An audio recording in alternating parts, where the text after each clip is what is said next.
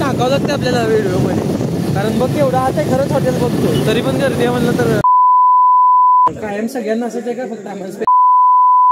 नमस्कार मित्रांनो, ईश्वर जाधव बोलतोय सोलापूरवरून. तर खूप जणांचे कमेंट येत होते की हॉटेल तिरंगाचा रिव्ह्यू करा.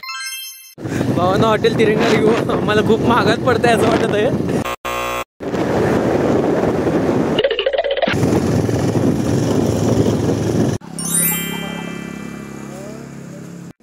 एक नंबर आहे.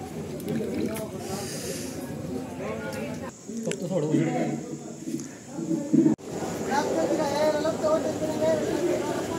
ते कायम सगळ्यांना असंच आहे का फक्त आम्हाला स्पेशल? सगळ्यांना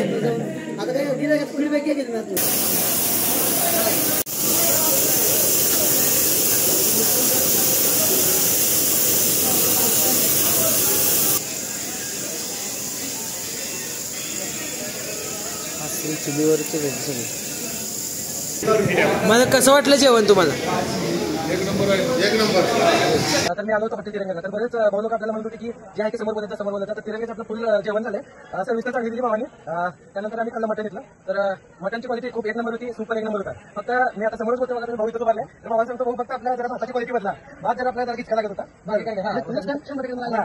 भाताची क्वालिटी आवडली तर आवडली नाही, जे आहे ते सांगितलं. कसं वाटलं जेवण? एक नंबर जेवण. बायकोला परसा घेऊन चाललोय.